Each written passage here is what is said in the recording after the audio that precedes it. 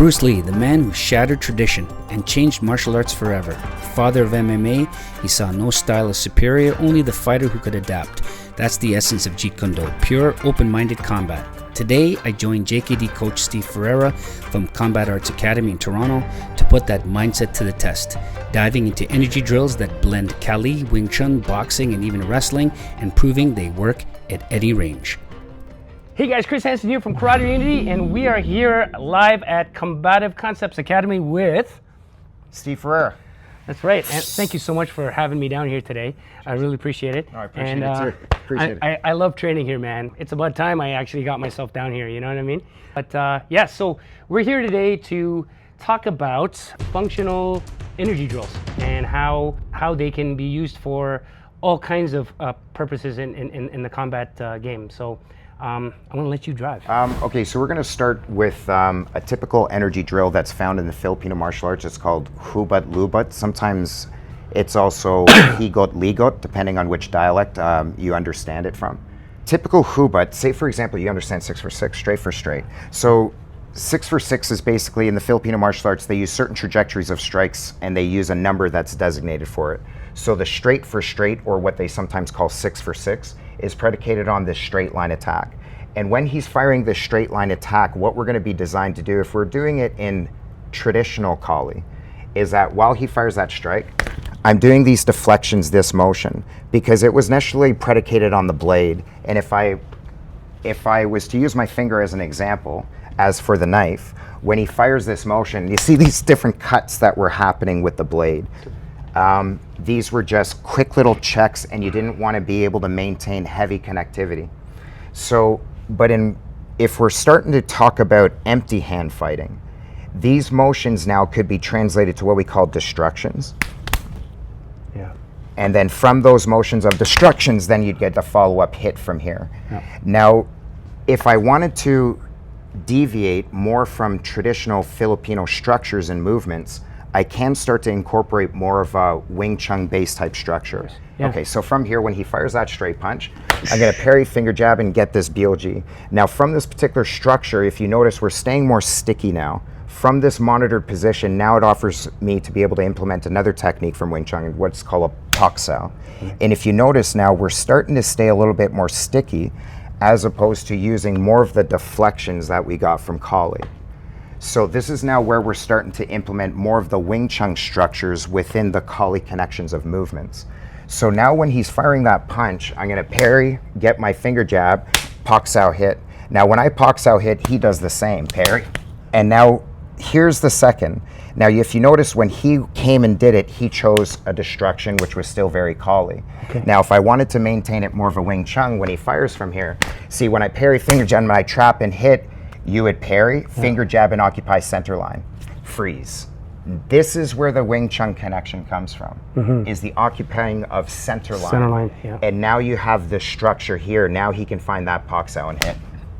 Yeah. And so now once we have these chains of movements, and basically Hubud, combatively, combat translations come in more from simplified movement rather than kinetic chains like this. Kinetic chains come and go, but if we break down the different movements within the kinetic chains, this is where we can find more of its combative applications. And if you just simply see, when he jabs, that was a parry. Right. When he jabs, there is a finger jab. Right. When he jabs, there is a paksao. Nice. Do you understand? Yeah, So yeah, now yeah. we had 3 different movements that are starting to be chained within a continuity of flow, and Hubud now is going to be the function of these roots. But now we're just kind of changing the structures now. Yeah, yeah. So once I get these structures, he does the same. Finger jab, Finger jab. paksao hit. And see, I'm in center line now. Yeah. This right now is more of a passive monitor, Yeah. right? Continue, parry, finger. See, now your first mode. Nice. Now slow it down, parry, finger jab. Parry, finger jab. Now you can get that rather than always destroy. I see. Keep Then going. boom. See how I'm always see. in center line? Yeah. You see how everything's Yeah. in center? Yeah, yeah, So yeah. now this is where I'm starting to get this. His first, well, his first motion when he fires, that could even be just think of going right there and just get rid of this passivity. It's a cut, yeah. Right? Right in. And instead of using a parry, which was more passive, now I'm trying to think of more aggressive. So you see how I'm trying to now get rid, where's my economy of movement to be able to get to what I'm after. So now I'm starting to implement more economy of movement within the Filipino concept of the drill, but this is good too. But we should be able to understand going to different targets here. So now we're just gonna slowly flow, just so that everybody can kind of see. Parry, see I'm in center, pox out, hit, parry. Now don't pull. See, do it again. See how he's pulling? When he's pulling me into him. I see. So when you retract, do you see how you're pulling? So now when you Just fire stay. that punch, I want to be keeping you away. I see. Do you see? I don't want to necessarily pulling it in. Holding. Holding within a certain structure. So parry, finger jab, trap hit. Parry, so I'm gonna parry. Finger jab. Finger jab. Perfect. And then slap boom. it. There it is. I see. Did you see that? I see. Nice. Boom. Do you I see see. how I'm right in? Yeah. And I'm already cut it. Boom. Right, there's that. All right. So you're starting to now very nice understanding the Wing Chun application within a flow. If we can now slow it down. And if you can just slow it down. Now the drill itself is perpetual. So the actual energy drill, how do we start developing this tactile awareness, is to keep it going, keep the flow going, and keep these points of contacts and these reference points engaged. Now, we're right now working this straight for straight. It could also come to the angle one. Now you're going to go to the outside for now. Here. Now Hubud for now is teaching us to always zone out to the outside line. So we can go to the inside line, right? So we can go to the inside line, but that now starts giving us more of a Wing Chun type of occupying center line. But if you notice, because if Hubud initially was designed with weaponry, we're always assuming that this guy probably had another knife in this hand as well. So when he fired that line, I would always want to zero out to zero pressure, because if you notice, Hubud, regardless when you feed me the angle one, was still taught to go to the outside. So even when I had an opportunity to go to the inside, it was still teaching us to what? Get to the outside line, away from the other hand. But now if we start to incorporate the Wing Chun connection, which he just kind of stumbled across, is that when we're on this angle one, he also chose the inside line. This is now leading us into what we call a switch. So here's another beautiful. Here's now where we're starting to get another connection of Wing Chun, where we chose an inside Pak Sao as a route to go from right side to left side. Hold that thought. Now we're starting to get into these Wing Chun structures. And first and foremost, if we started to stay within the structures, we have straight for straight. So you see how all of these reference points of keeping center line. That's right, see it's straight. Correct. And fire the next one. Do just right on top of it? Yes, because you already came underneath. It's okay, just fire your punch. Sometimes it comes over top, but now you don't want to go into the next motion. So parry. Could I just do that? You could, but now you're just going into. I see. You're breaking it down into what we call. See, for example, Hubud here, keep going and flowing. I'll talk while we go. So as we go here, if you notice there's 1, 2, 3, 4. Sometimes keep going. Sometimes do it in 1, 2. Now stay within Hubud. Stay within Hubud. Okay, so 1. So when at 1, 2, keep going. So you go to 4. Here. Slap and hit. I'll go 1, 2. You go to. That's right. Okay. So we can start changing it where I just Pak Sao hit. I Pak Sao hit. I eliminate that Dio Sao. I see. Do you see how now I start to break it down into 2 motions rather than into 3 motions? And I wanted to show how we can also play with rhythm. Within the structures and the drills. So from here now, we can start to play with straight for straight. Keep going. Angle 1. Keep going. Outside. Slap and feed. Now you feed. So angle 1 is kind of like more predicated if I had a blade. Am I doing the tan here? Yes. Right? Correct. So this is angle 1 for what? Now you feed me a 1. So here. Correct. It could be a hammer fist. It could be an overhand. Do you see how I do my overhand? Keep going. Keep going. So that could also be if I'm thinking of a Muay Thai clinch. See, I'm trying to clinch him. And now he's countering my clinch with that bong sao. So you don't care what the technique is. It's more of the trajectory. Maybe even trying to thumb his eyes. That's right. Now number 2 is coming from the backhand line. So from here, I guess a tan. Yes, Pak Sao. And now feed a backhand. That's right. Yeah. So now you're starting to get used to these different offensive delivery systems of backhands, forehands, almost. Oh, yeah. Good. Right? And also the straights. So now with the Hubud, once we started to learn the different isolation of trajectory, Yeah. what do? Integration of trajectory. And I really wanted Steve to explain this to you guys because, correct me if I'm wrong, one of the biggest criticisms in, say, Wing Chun Chi Sao and this Hubud type of drilling is it's just patty cake. You know, right? That's a lot. Even for some of the karate energy drills that we do, big criticism on that. But I think a lot of emphasis needs to be made on how we can use this functionally, which is what we're going to be talking about today. For sure. Right? And I agree with the patty cake statement when the drills are stayed within their limitations and the confines of their own singular movements. Right. So as long as these drills are, like if I'm doing a Hubud and I just continue to roll like this for years, if I'm in Chi Sao and I just continue to roll like this for years, or if I'm in Chi Sao and I continue to just practice my trapping based on this type of stimuli and that's it, then you are playing patty cake. Yeah. But it's when you start to take it outside of those isolated contexts and you start to integrate it with different stimuli, different pressures, it's not a bad thing to question now. Yeah. Now, say for example, just one last example of in terms of how we're using Wing Chun structures to be able to work now, is that we have what we call, keep going, constant connectivity. So you see how right now this is constant connectivity. Sometimes there's a breach. That's right. And sometimes when there's a breach, it now turned into what? A visual stimuli to tactile connection. Yes. And sometimes I can now do what we can use this as a stimuli to get what we do call switches. So one of those ideas would be, as we're going from here, we can now start to use Wing Chun together. Yeah. And as you can see, that was a tactile stimuli, meaning thank God he's using a Wing Chun structure of keeping his center line closed. Yeah.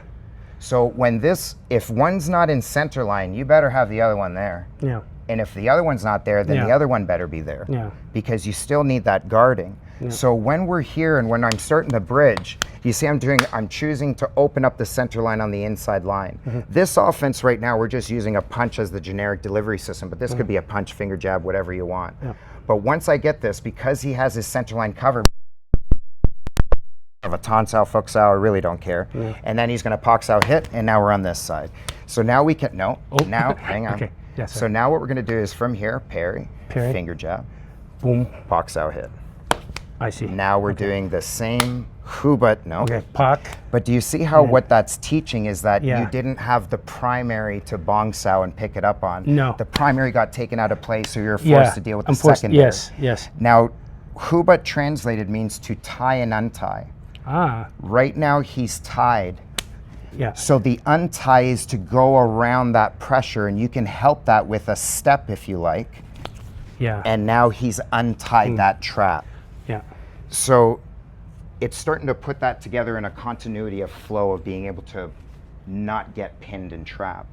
So to get back to this, I'll go to the inside line. He'll Tan Sao, Pak Sao hit, Tan Pak Sao. Sao hit. Now we're on this side. Okay. So Keep going. Pak, Finger Tan. jab, trap hit. Okay. Now we're doing it on left. You don't have to be so rigid. Okay. Keep your elbows in. So here, and then up. Yeah, Pak Sao hit. Pak and hit. I see. Up. I see. Now from here, I'll do the inside Pak Sao, and now we're back to this side. Almost. Parry, finger jab. Oh. There it is. Right here. That's right. Finger jab. And here. Pak Sao hit. And now I go. So hit. You can go. I see. See, sometimes when I do that, keep going. Okay. Here. So I'm parking. Yes. UG. I would usually come straight center line for that. It can Okay. come around. That's fine. So maybe right in here. Yeah. Okay. And then, so I'll, parry, finger jab. And then here. Pak Sao hit. Good. I see. So I can catch it, keep going. I can Biel Sao Yeah. and finger jab it, Yeah. keep going. Wait for the angle here. you. So boom, boom. Give me a hook. and an overhand. Do you see I had this monitor here? So again, we're just starting to get a good look of this line and understanding where we are, and we can start to put in inserts after. But to get back to this idea of, now I'm going to the inside Paksao. Paksao hit. Inside. The next one now would be a Lopsao hit. And now, thank God, again, he had his center line up because that offered him time. Now, at that moment in time, I can either go or he can either go. It depends on what we want to work. If I want to work this guy's counter trapping, I'll let him go and I'll pause a little bit. If I want to work my offensive follow-ups, I go and I take that reference point. Give us an example. So for example, so when we're here, when I get this reference point and see, do you see how as soon I don't wait, just take the center line and but if I want you to work counter trapping, then when I get this reference point, I wait for you. I see. And then I'll continue the Hubud from this side, you see? So we can now share responsibilities within one drill depending on which perspective and energy we want to get based on counter, offensive, who knows? Interesting. But we just kind of designate a role, right? We help each other out with that. So that's one example, a couple of examples. And this next Wing Chun, we sort of use what we call a Lopsao. Just a grab and I'm pulling. And see, from this I can go. Now you parry, finger jab and hit. Finger jab. See, now we're back to Hubud. Keep going. From here, I'm still doing. Because we're staying within a Hubud, like we're staying within the Kali structure of Hubud. Do you see? Then I deviate a Kali structure of Hubud. I went Wing Chun, and then we go back to a Kali structure. Can I LARP and hit? That means we just deviated from a Kali structure and just went back to a Wing Chun structure. I see. See, so what I like to try to do is I want to understand both. And I want to be able to be in control of Filipino type movement and structure, Wing Chun type of structure. I could be here. That's my next question. See, so I can change structure, but in order to change, I have to understand each. And in order to understand each, I got to be able to distinguish even within motion and movements and stuff. Now, I guess to drill this, you would have to say unpack each of these. So like start with say the first piece, the second piece, the third piece, the boxing, right? And then once you practice all three, it just flows all together, right? And it's kind of like sparring. If we chose this route. Because I could now slowly. I can now start to use this and now getting into walking. Exactly. You see where we're going, and now. Exactly. See what I mean by the simplicity? So as soon as my 50-50s just takes the center line. So, but do you see how we all of a sudden just start to change the modes? I really like this. Like so from the receiving end, what I'm feeling is I'm feeling this barrage of energy coming towards me and things getting shut down. And I have very little option to move, you know? If I were to do that, I would have to change, like turn to kind of ward off some of your energy, and then I'd have to change it to something else. I'll help you. So when you're here, see, come in and Paksao hit. Paksao hit. Boom. I know. Simplicity. I know. That's crazy, man. But a simple thing like that, right? But see, this is like we were having a conversation earlier about it. Is that a lot of the times, in order to solve big problems, and my idea of a big problem is my life is on the line. So if that's a big problem, my life is on the line. I don't want to mess around. I don't want this thing to drag on any longer than it needs to. And we've already rolled here for how much time playing around with energy drills, sensitivity training, exploring all of these different complex routes and stuff. But in the street, I'm going to try to seek something simple. Right. I'm not going to try, even though I'm capable of dwelling in complexity, but JKD approach is kind of like yin and yang. In order to appreciate simplicity, you had to understand what? Complexity. Complexity, And vice versa. So we looked at Kali perspective and Wing Chun perspective, and then we briefly touched on boxing. I just have a question, and I'm always interested in, and so that's another thing too, like where, in my opinion, I think JKD explores the map of range really well, you know. So I'd like to, could you give us an example of how you can use this energy drilling, say to change level, or maybe get into a different position through like some sort of a pummel or a grapple or something like this? This is what we would call in this training. we use the original drills or as a shell or as an original root motion. The original root motions now, just like a tree root, can also all of a sudden branch in a lot of different areas. So I can use a Hubud connection and then all of a sudden get into some type of grapple. This is what we call Dumog. A transition into other types of options. And then we can just go right back into this. Do that again, just maybe stay in about here. No problem. Yeah. And go again. Okay, so say for example, now let's slow down. So while we're into this Hubud motion, I now see I'm trapping. This might be now into some type of grapple technique. Yeah. So you're seeing how now all of a sudden I can start to translate into a combination of trapping to grappling, trapping to locking. Yep. If I wanted to stay more into a Greco, that means I had to now go through more passive routes in order to get to some kind of functional type of technique. Meaning this grapple and pummel is passive. It's very passive. See, as we look. You're putting in little insertions in there. But the movements was trained to be passive because the nature of the energy drill was to develop tactile awareness of clinching. Yeah, it's on. I just want to make sure. But you can start to use these movements and integrations between, see how I went offensive here, and now I'm going to start to get into these little changes. Because it taught me to be, I was here on this reference point, now I'm just going to do a level change and then start getting in for like maybe a double leg takedown, a low line attack, or a low line shoot. So I can start to use it as a bridge. Because again, they're all connections in terms of where I am in correlating to this person. To me, And I don't care if that relationship is to strikes, positioning. Yeah. It's where I am in relation to him.